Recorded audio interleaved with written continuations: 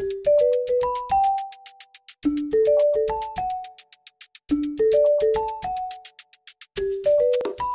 Students, welcome to the Ashisha classes. Students, आज की class में हम लोग बेसिक अकाउंटिंग टर्म्स चैप्टर को कंटिन्यू करेंगे, जो कि हमने लास्ट पार्ट जिन्होंने नहीं देखा वो प्लीज़ देख लीजिएगा, जिसमें हमने कुछ अकाउंटिंग टर्म्स के बारे में बात की, जिसमें बिजनेस ट्रांजैक्शंस क्या होती है इसकी बात की थी, कैपिटल क्या होती है इसकी बात की, लायबिलिटीज़ क्या होती हैं और असेट्स क्या होती हैं। ये कुछ टर्म्स थे जिसके बारे में हम लास्ट क्लास में अच्छे से डिस्कस कर चुके हैं। जैसे कि अब मैंने लास्ट क्लास में सेल्फ हैंड मेड नोट्स आपको प्रोवाइड किए थे, इसी तरीके से इस क्लास में भी सेल्फ हैंड मेड नोट्स आपको प्रोवाइड करूंगा। तो शुरू करते हैं। लास्ट क्लास हमने फिक्टिशियस एसेट्स पे ख़त्म की थी। मैं टीएस ग्रेवल बुक का रेफरेंस ले रहा हूँ। उसका नेक्स्ट टर्म है रिसीप्ट्स क्या होते हैं। तो पढ़ते हैं, आइए पहले थ्योरी पढ़ लेते हैं, उसके बाद इसको समझाते हैं। देखिए रिसीप्ट्स क्या लिखा हुआ है। Receipts is the amount received और receivable for selling assets, goods or services. Receipts are further categorized into revenue receipts and capital receipts. Students, इसमें बात ये कर रहा है कि receipts क्या होते हैं। जब कोई भी asset सेल करके या फिर गुड्स सेल करके कुछ पैसा कमाता है, कुछ अर्निंग करता है, उसको हम receipts का नाम देते हैं। अब मैंने आपको दो चीज़ बताई, जब गुड्स बेचता है उससे पैसा कमाता है और जब असेट्स बेचता है तो उससे पैसा कमाता है। तो इसको फर्दर दो तरीके से कैटेगराइज किया गया है। एक में बोला है रेवेन्यू रिसीप्ट्स और दूसरे में बोला है कैपिटल रिसीप्ट्स। तो आइए पहले पढ़ लेते हैं कैपिटल और रेवेन्यू के बारे में। रेवेन्यू रिसीप्ट्स क्या होती हैं। It is the amount received और receivable in the normal course of business से against the sale of goods और रेंडरिंग ऑफ सर्विसेज और इन्वेस्टमेंट इन फिक्स्ड डिपॉजिट। यानी रेवेन्यू रिसीप्ट्स सिंपली क्या होती है, जो हम नॉर्मल कोर्स ऑफ बिजनेस पे, जैसे एक एग्जांपल ले लेते हैं कि मेरा एक व्यापार है और व्यापार है देसी घी का। स्टूडेंट्स बिल्कुल एक एग्जांपल अच्छे से समझ लेंगे। मेरा एक व्यापार है देसी घी का। देसी घी का व्यापार में आपने ज़्यादातर देखा होगा कि बहुत सारे कनस्तर लगे रहते हैं देसी घी वालों के यहाँ। अब उसमें क्या होता है कि जो नॉर्मल कोर्स ऑफ बिजनेस में जो व्यापारी होता है वो घी बेचता है, लेकिन जो घी बेचने के बाद कनस्तर बचते हैं उसके पास, उसका क्या करता है, उनको भी बेचना पड़ जाता है। क्योंकि क्या होता है, एक टाइम ऐसा आता है घी बिकने के बाद जब कनस्तर खाली हो जाते हैं तो उन कनस्तर को भी किसी भाव में बेच दिया जाता है। तो मैं यही बताना चाहता हूँ कि नॉर्मल कोर्स ऑफ बिजनेस में तो घी बेचना होता है, लेकिन आप कनस्तर रोज नहीं बेचते हो। क्या घी के खाली कनस्तर आप कभी रोजाना बेचोगे कि भाई सर आज भी बेच दिया कल भी बेच दिया? वो तो जब खाली होंगे टाइम टू टाइम तब बेचने पड़ते हैं। तो ये फ़र्क है रेवेन्यू रिसीप्ट्स और कैपिटल रिसीप्ट्स में। तो रेवेन्यू रिसीप्ट्स के बारे में मैं यही कह रहा था। रेवेन्यू रिसीप्ट्स का मतलब क्या है। It is the amount received और receivable in the normal course of business से against sale of goods and services और इन्वेस्टमेंट इन फिक्स्ड डिपॉजिट्स। या हम फिक्स्ड डिपॉजिट्स में जो पैसा इन्वेस्ट करते हैं उससे कुछ अर्निंग बनती है, इनको हम रेवेन्यू रिसीप्ट्स का नाम देते हैं। ध्यान रखें, मैंने क्या बताया, नॉर्मल कोर्स ऑफ बिजनेस। ऐसा नहीं है कि अनयूजुअली आप कोई चीज़ बेच रहे हो उससे कोई रिसीप्ट हो तो उसको रेवेन्यू नहीं कहे, रेवेन्यू कहेंगे, ऐसा नहीं है। नॉर्मल कोर्स ऑफ बिजनेस को रेवेन्यू कहेंगे और जो आप कभी जब भी बेच रहे हो उसको कैपिटल कहेंगे। तो आइए कैपिटल रिसीप्ट्स पढ़ते हैं क्या होता है। कैपिटल रिसीप्ट्स में लिखा है it is the amount received और receivable against transaction which are not revenue in nature. यानी जो नॉर्मल कोर्स ऑफ बिजनेस में के अलग हटके जो भी ट्रांजैक्शंस बनती हैं, जो रेवेन्यू इन नेचर नहीं होती है, उन सबको हम क्या नाम देते हैं, कैपिटल रिसीप्ट्स का नाम देते हैं। आगे लिखा हुआ है they are shown in the balance sheet of the entity. ये कैपिटल रिसीप्ट्स हमेशा ही बैलेंस शीट में शोन होती हैं, दिखाई जाती हैं। तो सर ये रेवेन्यू रिसीप्ट्स कहाँ दिखाई जाती हैं, ये प्रॉफिट एंड लॉस अकाउंट में दिखाई जाती हैं। प्रॉफिट एंड लॉस और बैलेंस शीट क्या होता है इसके बारे में हम आगे बात करेंगे। फिलहाल बस आपको रेफरेंस लेना है कि कोई भी रेवेन्यू रिसीप्ट्स होती है तो वो कहाँ दिखाई जाती है, P&L अकाउंट यानी प्रॉफिट एंड लॉस अकाउंट में, और कोई भी कैपिटल रिसीप्ट्स होती है तो वो बैलेंस शीट में। आगे फॉर एग्जाम्पल अमाउंट रिसीव्ड और receivable from sale of machinery, building, furniture, investment, loan taken etcetera. यानी कैसे भी पैसा आपका रिसीव्ड होना चाहिए from the sale of any asset. अब थोड़ा सा सरल कर दीजिए सर, इसको सरल करते हैं। मैंने अगर मेरा कोई व्यापार है, मैंने जैसे देसी घी के व्यापार की बात की थी, ऐसे मैं कुछ अदर व्यापार लेता हूँ। जैसे मैंने हार्डवेयर का व्यापार ले लिया, हार्डवेयर जहाँ पे प्लाई बोर्ड वगैरह या अदर चीज़ें वहाँ पे मिला करती हैं। अब क्या होता है, या फिर गारमेंट्स की बात ले लीजिए। गारमेंट्स का नॉर्मल कोर्स ऑफ बिजनेस क्या होता है, कपड़े बेचना। लेकिन कपड़े से निकला हुआ गत्ता या पॉलीथीन जब हम बेचा करते हैं तो वो अनयूजुअल यानी कभी कभी बेचते हैं। तो जब हम कपड़ा बेच रहे हैं तो वो normal course of business revenue receives, और जो हम गत्ता या पॉलीथीन बेच रहे हैं कभी जब भी, तो वो हमारे लिए बन जाती है कैपिटल रिसीव्स। या फिर कोई भी असेट्स दुकान की बेच रहे हैं, सपोज कोई भी चीज़ है खराब हो गई। अब एक क्वेश्चन मैं आपसे पूछना चाहूँगा कि सर अगर एक गाड़ी का शोरूम है, अगर वो गाड़ी बेच रहा है, असेट्स बेच रहा है, क्या वो उसके लिए कैपिटल रिसीव्स है? बिल्कुल नहीं। क्यों? क्योंकि गाड़ी बेच रहा है उसके लिए एक नॉर्मल कोर्स ऑफ बिजनेस है। आज भी गाड़ी बेची, कल भी गाड़ी बेचेगा। लेकिन मेरे लिए, आपके लिए, आप एक क्या हो, फाइनल यूज़र हो गाड़ी के। अगर वो गाड़ी आप बेच देते हो तो आप अपनी असेट्स बेच रहे हो, तो वो आप लोगों के लिए क्या हो जाती है, कैपिटल रिसीव्स हो जाती है। तो बच्चों ये फ़र्क होता है revenue receives and capital receives है। तो शायद आपको समझ में आया होगा। ओके, आगे नेक्स्ट टॉपिक है आपका एक्सपेंडिचर। एक्सपेंडिचर क्या होता है, पढ़ लेते हैं। Expenditure is the amount spent और liability incurred for acquiring assets, goods और सर्विसेज। एक्सपेंडिचर में भी categorised into capital expenditure, revenue expenditure and deferred revenue expenditure. यानी ये तीन तरीके के खर्चे होते हैं। जैसे हमने अभी रेवेन्यू रिसीव्स की दो कैटेगराइजेशन की थी, एक तो रेवेन्यू रिसीव्स और दूसरा कैपिटल। तो पहले स्टूडेंट्स इसकी थ्योरी रीड कर लेते हैं, देखते हैं एक्सपेंडिचर में क्या लिखा हुआ है। Expenditure is the amount spent और liability incurred for acquiring assets, goods और सर्विसेज। एक्सपेंडिचर में भी categorise into capital expenditure, revenue expenditure and deferred revenue expenditure. तो इसमें साफ साफ लिखा हुआ है students, expenditure is the amount spent और liability incurred for acquiring assets. यानी या तो हमें गुड्स खरीदने के लिए कोई खर्चा करना पड़ रहा है या फिर असेट्स खरीदने के लिए खर्चा करना पड़ रहा है, ऐसे सब खर्चे को हम एक्सपेंडिचर का नाम देते हैं। तो सबसे पहला है इसमें कैटेगराइजेशन कैपिटल एक्सपेंडिचर का। It is an expenditure incurred to acquire assets or improving the existing assets which will increase the earning capacity of the business, that is they are shown in the balance sheet of the entity. Example of capital expenditures are purchase of machinery to manufacturers goods, purchase of furniture or computer to carry on business. तो capital expenditure is shown on the asset side of the balance sheet. Students इसमें मतलब ये है कि capital expenditure वो खर्चे हुआ करते हैं जो हम असेट्स को खरीदने में, या तो नई असेट्स हम खरीद रहे हैं वो खर्चा कर रहे हैं, या फिर कोई पुरानी एसेट्स को इम्प्रूव करा रहे हैं, नया बना रहे हैं, ऐसे सब खर्चे को हम कैपिटलाइज करते हैं, यानी कैपिटल एक्सपेंडिचर कहते हैं। अब बात आती है सर इसको कहाँ दिखाना होता है, ये हम बैलेंस शीट के अंदर दिखाया करते हैं। तो इसमें लिखा भी हुआ था कि आपके they are shown in the balance sheet of the entity. जैसे एग्जांपल क्या है, purchase of furniture, purchase of car या फिर purchase of machinery for manufacturing of goods. ऐसे सभी खर्चे जो एसेट्स पे किए जाते हैं उनको हम कैपिटल एक्सपेंडिचर कहते हैं। नेक्स्ट, रेवेन्यू एक्सपेंडिचर क्या होता है? Revenue expenditure is the expenditure incurred the benefit of which is consumed और exhausted within the accounting period. Example cost of goods sold, salaries, rent, electricity expenses etcetera.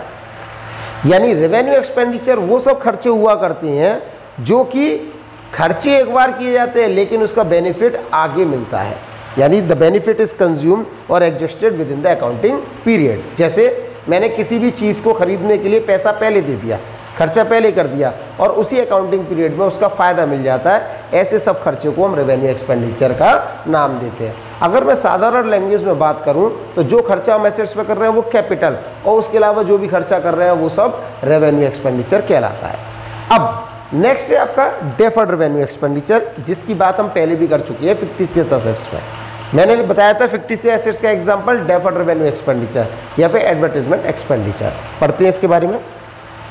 Deferred revenue expenditure is a revenue expenditure in nature but is written off या charged in more than one accounting period because it is estimated that benefit of such expenditure will accrue in more than one financial year. For example, large advertisement expenditure that will give benefit for more than one accounting period is a deferred revenue expenditure. यानी fictitious assets में भी हमने deferred revenue expenditure का example लिया था, वहाँ भी वही बात की थी। वो सब एसेट्स जो जिस पे खर्चा तो एक बार किया जाता है और फायदा उसको सालों साल मिलता है। तो इसी तरीके से डेफर्ड रेवेन्यू एक्सपेंडिचर में यही बात कहूँगा कि खर्चा एक बार किया जाता है रेवेन्यू नेचर का, बट उसका बेनिफिट कई सालों तक मिलता रहता है, यानी in more than one accounting period. For example large advertisement expenditure, जो एडवर्टीजमेंट पे खर्चा एक बार होता है, आपने नॉर्मल एडवर्टीजमेंट देखे होंगे जिसमें खर्चा तो कंपनी एक बार करती है लेकिन वो बार बार आपको दिखाए जाते हैं। तो ऐसे सब खर्चे आपके डेफर्ड रेवेन्यू एक्सपेंडिचर कहलाते हैं, जो कि बैलेंस शीट में शो किए जाते हैं एज ए फिक्टिशियस असेट्स। कौन सी साइड में? बैलेंस शीट की दो साइड, एक तो लायबिलिटी साइड और दूसरा असेट साइड। तो असेट साइड में फिक्टिशियस असेट्स के नाम से ये दिखा दिए जाते हैं। क्लियर? चलिए अब नेक्स्ट पॉइंट है, यानी नेक्स्ट टर्म है आपका एक्सपेंस। एक्सपेंस क्या होता है? रीड कीजिए। Expense is the cost incurred for generating revenue. It may be cash payment such as salaries, wages, rent, etc. Second, writing off a part of fixed assets, that is depreciation. And number third, last example, cost of goods sold. An expense is charged debited to trading or P&L account.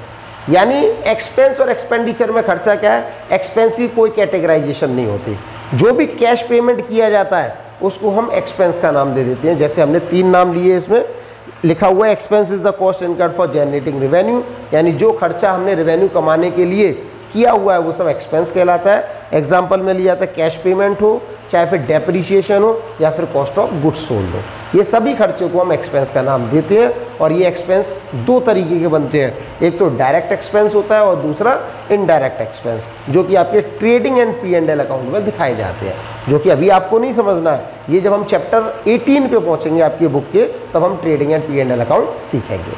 Clear? Next, अब ये expense में एक नाम दे रखा है prepaid expense का। Sir ये prepaid expense क्या है? दूसरा नाम है उसका आउटस्टैंडिंग एक्सपेंस। सर ये आउटस्टैंडिंग क्या है, जान लेते हैं, पहले इसको समझ लेते हैं अपनी लैंग्वेज में।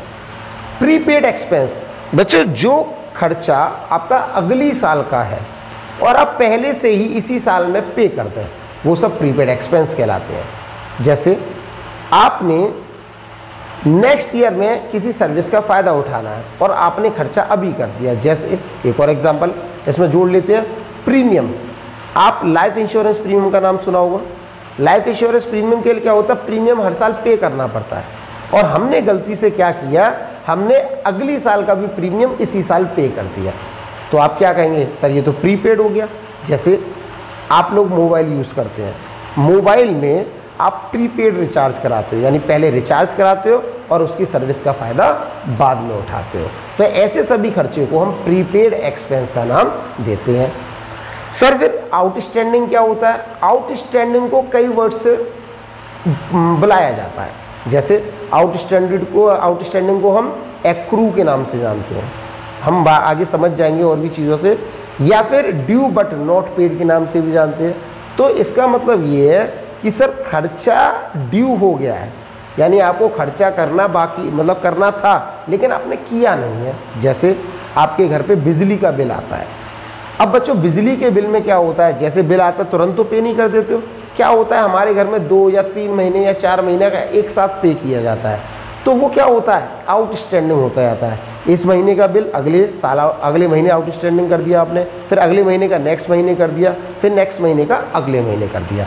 तो ये सब आउटस्टैंडिंग लगातार मंथ वाइज मंथ होते चले जाते हैं, यानी 1 का, 2 का, 3 का और 4 का। तो जो एक्सपेंस, जो खर्चा बकाया हो जाए उसको हम आउटस्टैंडिंग एक्सपेंस का नाम देते हैं।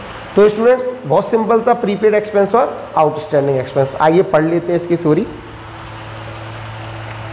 प्रीपेड एक्सपेंस में लिखा हुआ है, it is an expense that has been paid in advance and the benefit of which will be available in the following year or years। यानी खर्चा पहले कर दिया जाए और जिसका फ़ायदा आपको भविष्य में मिल जाए, उसको सबको प्रीपेड कहते हैं। For example, insurance premium of ₹50,000 has been paid for 1 year beginning 1 October 2017। The financial year ends on 31 March 2018।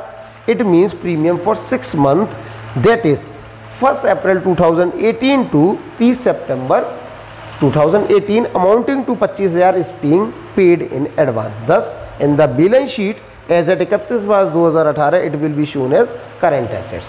यानी उसने क्या किया, उसने जब पेमेंट किया था प्रीमियम का तो उसने पूरे साल का कर दिया, लेकिन आपका फाइनेंशियल ईयर कब एंड हो जाता है, मार्च में, तो उसने अगले 6 महीने का यानी अप्रैल से लेकर सितंबर तक का जो भी प्रीमियम था वो 1 साल पहले ही खर्च कर दिया, लेकिन बेनिफिट अगली साल उसको मिलेगा।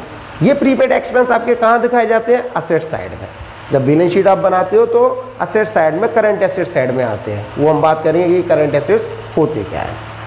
चलिए next, outstanding expense. Outstanding expense में क्या लिखा है, it is an expense that has been incurred but has not been paid. यानी हमने, हमारे ऊपर आ गया वो खर्चा लेकिन हमने उसका पेमेंट नहीं किया। जैसे बिजली का बिल हमारे ऊपर लग के तो आ गया, हमें पता है इतना खर्चा करना है, लेकिन हमने वो खर्च नहीं किया, तो उसको हम आउटस्टैंडिंग का नाम देते हैं। आगे लिखा हुआ है इसमें कि for example an audit has been conducted by a firm of chartered accountant against which audit fee of 60,000 is payable. यानी हमारी एक फर्म है, उसमें हमने क्या किया, ऑडिट करवा लिया अपनी फर्म का। वो क्यों, क्योंकि हम अपने अकाउंट्स की एक्यूरेसी चेक कराना चाहते हैं और उसके लिए खर्चा बनता है 60,000, लेकिन हमने अभी तक दिया नहीं, तो हमें क्या करना होगा, वो 60,000 कभी ना कभी तो देना पड़ेगा, और जब देना पड़ेगा तो वो अभी के लिए फिलहाल आउटस्टैंडिंग कहलाएगा।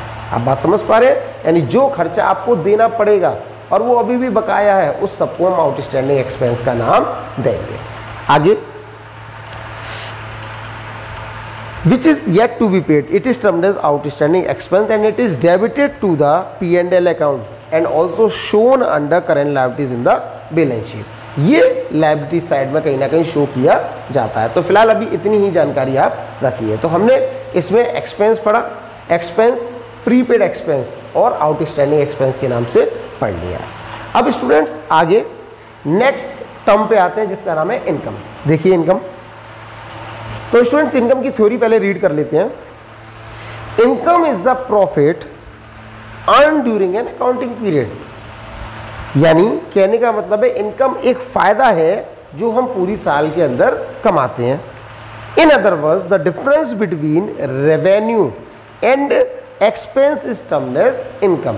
यानी जो हमने बेचा और बेचने पे जो खर्चा कर दिया वो सब माइनस करने के बाद जो पैसा हम पे बचता है उसको हम इनकम का नाम देते हैं। इसके बाद it is a broader term than the term profit and includes profit from activities other than its operating activities। For example, goods costing 15,000 are sold for 21,000। The cost of goods sold, that is 15,000, is an expense and the sale of goods, that is 21,000, is a revenue, and the difference between 6,000 is income। It can therefore be expressed as income equals to revenue minus expense। Students अब इस income के अंदर हिंदी में समझ लेते हैं कि income होता क्या है। पूरे साल में जितना प्रॉफिट आपने कमाया, अर्न किया, वो सब इनकम कहलाता है। अब सर ये इनकम बनती कैसे, ये प्रॉफिट कैसे बनता है? हम लोग क्या करते हैं, एक शॉप में जितना सामान बेचते हैं पूरे साल भर में, सपोज मैंने सामान बेचा 21,000 रुपये का, वो सामान खरीदा मैंने कितने का था, 15,000 रुपये का। यानी मैंने जो सामान बेच दिया पूरे साल भर में वो 21,000 में बेचा, यानी सभी ग्राहकों से जो पैसा लिया वो 21,000। लेकिन वही सामान मैंने अपने लिए कितना खरीदा था जो बेचने के लिए, वो 15,000 का। ऐसा ही तो होता है, मैं सामान पीछे से खरीद के लाऊंगा 15,000 का और आप सबको बेच दूंगा 21,000, तो मुझे फ़ायदा, मुनाफा कितना हुआ, केवल 6,000 का। तो ये 6,000 रुपये जो है वो आपकी अपने आप में इनकम कहलाती है। सर तो ये 15,000 क्या था, इसको कहते हैं कॉस्ट ऑफ गुड्स सोल्ड, यानी जो सामान हमने बेचा उसकी लागत कितनी थी। और सर जो हमने जितने 21,000 में बेच दिया वो सारी की सारी सेल्स रेवेन्यू कहलाती है। तो जब हम रेवेन्यू में से cost of goods sold minus करते हैं तो जो बचता है हमारे पास क्या होता है, profit, that is known as income. समझ में आया स्टूडेंट्स? चलिए आगे। अब इसके आगे नेक्स्ट पॉइंट है आपका प्रॉफिट। सब प्रॉफिट में, profit means income earned by the business from its operating activities, that is activities carried out by the enterprise to earn profit. Profit is further divided into gross profit and net profit. Sir अभी अभी आपने बोला कि income profit होती है, फिर अब आप कह रहे हो कि प्रॉफिट होता है। स्टूडेंट्स इनकम जो होती है वो सभी तरीके के सोर्सेज से निकला हुआ पैसा होता है। जैसे आपने अपना सामान बेचा, जो भी सामान माल जो दुकान में भरा हुआ था वो सब बेचा, उसके अलावा कुछ और भी बेचा, जैसे रद्दी होती है, स्क्रैप होता है, और भी किसी अदर सोर्सेज से इनकम आती है, उन सब को मिला के आपके पास इनकम कहलाई जाती है। यानी जो सामान बेचा उस पर फ़ायदा कमाया वो तो इनकम है ही है, और अगर और किसी चीज़ से भी पैसा आ रहा है आपके पास तो वो भी आपके लिए इनकम कहलाई जाएगी। इसलिए इनकम एक ब्रॉडर कंसेप्ट है, जबकि प्रॉफिट एक छोटा सा पार्ट है। तो प्रॉफिट क्या होता है, जो नॉर्मल कोर्स ऑफ बिजनेस में आप कमा रहे हो, यानी दुकान का सामान बेच के जो फ़ायदा कमा रहे हो उसको हम प्रॉफिट कह रहे हैं। और दुकान की सारी के सारे प्रॉफिट यानी जितनी भी इनकम हो रही है, उनको रिसीप्स हो रही हैं, उन सबको इनकम का नाम देंगे। जैसे एक अच्छे से एग्जाम्पल से समझते हैं। जैसे मैं दुकानदार हूँ, मैंने क्या कर रखा है, मैं दुकानदार मोटर व्हीकल्स का हूँ, मोटर व्हीकल्स बेचता भी हूँ और मोटर व्हीकल्स किराए पे चलाता भी हूँ। अब एक बात बताइए बच्चों, मेरे पास मोटर व्हीकल्स मैंने बेच के कुछ तकरीबन 1 लाख रुपए का फ़ायदा किया और मोटर व्हीकल्स को किराए पे चला के कुछ तकरीबन 10,000 रुपये का फ़ायदा किया, तो मेरे लिए इनकम दोनों ही होंगी। यानी मैंने 1 लाख रुपये यहाँ से कमाया और 10,000 रुपये वहाँ से, तो टोटल 1,10,000 हो जाता है। लेकिन प्रॉफिट की बात करें तो जो गाड़ी बेच के हमने पैसा कमाया वही आपके लिए सही मायने में प्रॉफिट कहलाता है, लेकिन उसको जोड़ देते हैं तो ये सब टोटल आपकी इनकम बन जाती है, ओवरऑल इनकम। इसीलिए तो कहते हैं आपके पापा की ओवरऑल इनकम क्या है, अदर सोर्सेज से कुछ ना कुछ पैसा कमा रहे होंगे, लेकिन अपने बिजनेस से जो पैसा कमा रहे हैं वो पैसा प्रॉफिट माना जाता है। क्लियर? चलिए आगे। अब ये प्रॉफिट जो है 2 तरीके के दिख रहे हैं, एक तो ग्रॉस प्रॉफिट, एक नेट प्रॉफिट। ग्रॉस प्रॉफिट के बारे में पढ़ लीजिए।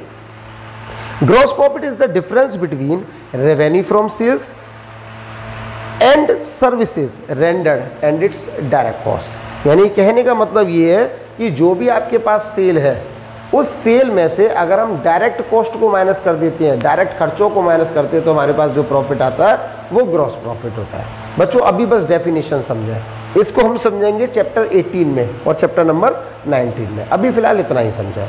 नेट प्रॉफिट क्या होता है, जब ग्रॉस प्रॉफिट में जब हम ग्रॉस प्रॉफिट निकाल लेते हैं उसमें से कुछ इनडायरेक्ट खर्चा माइनस कर देते हैं। लिखा भी हुआ है कि net profit is the profit after deducting total expense from total revenue of the enterprise.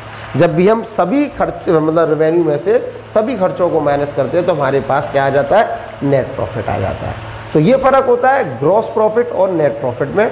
Gross profit यानी रेवेन्यू में से खर्चे केवल डायरेक्ट वाले जो होते हैं उनको माइनस करके जो निकलता है वो ग्रॉस प्रॉफिट। जब भी हम पूरे रेवेन्यू में से पूरे खर्चे माइनस कर दें, चाहे वो डायरेक्ट हो चाहे वो इनडायरेक्ट, वो सब माइनस कर दें तो हमारे पास आता है नेट प्रॉफिट। और बेहतर जानकारी के लिए हम चैप्टर नंबर 18 और चैप्टर 19 में इसको कवर करेंगे। चलिए आगे, नेक्स्ट लास्ट टॉपिक है इस क्लास का, गेन। ये गेन क्या होता है? It is a profit that arises from transactions which are not the operating activities of the business but are incidental to it, such as gain on sale of land, machinery और investment। यानी जब firm में unusual फ़ायदा हो जाए, unusual मतलब हमारा काम धंधा चल रहा है, हमने क्या सोचा हमारे पास जो प्रॉपर्टी पड़ी हुई थी उस प्रॉपर्टी को बेच देना चाहिए क्योंकि उस पर फ़ायदा अच्छा खासा हो रहा है। तो जब भी हम ऐसी अनयूजुअल एक्टिविटी को करके कुछ फ़ायदा कमा लेते हैं उन सब फायदे को गेन कहते हैं। लेकिन जब हम ऑपरेटिंग एक्टिविटीज से जो कमाते हैं उसको हम प्रॉफिट का नाम देते हैं। बात समझ पा रहे हैं? जब अदर देन ऑपरेटिंग एक्टिविटीज़ से अगर कोई पैसा कमा रहे हैं हम तो उसको गेन कहते हैं। जैसे मैंने अभी अभी एग्जांपल देसी घी का लिया था, देसी घी में देसी घी बेच रहे हैं तो उससे फ़ायदा वो प्रॉफिट कहलाता है। लेकिन देसी घी के जब कनस्तर बेच देते हैं, उस कनस्तर से कोई फ़ायदा होता है तो उसको हम गेन का नाम देते हैं। तो there is much difference between the gain and the profit.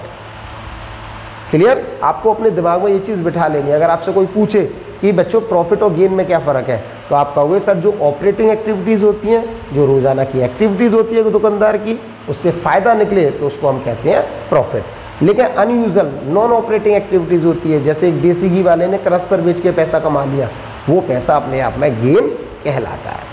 तो स्टूडेंट्स आज की क्लास में हम लोगों ने काफ़ी टॉपिक्स कवर किए, काफ़ी लिमिटेड है क्योंकि इससे ज़्यादा आगे नहीं बढ़ेंगे, नहीं तो आपके दिमाग में ओवरलोडेड हो जाएगा, हौच पौच होगा।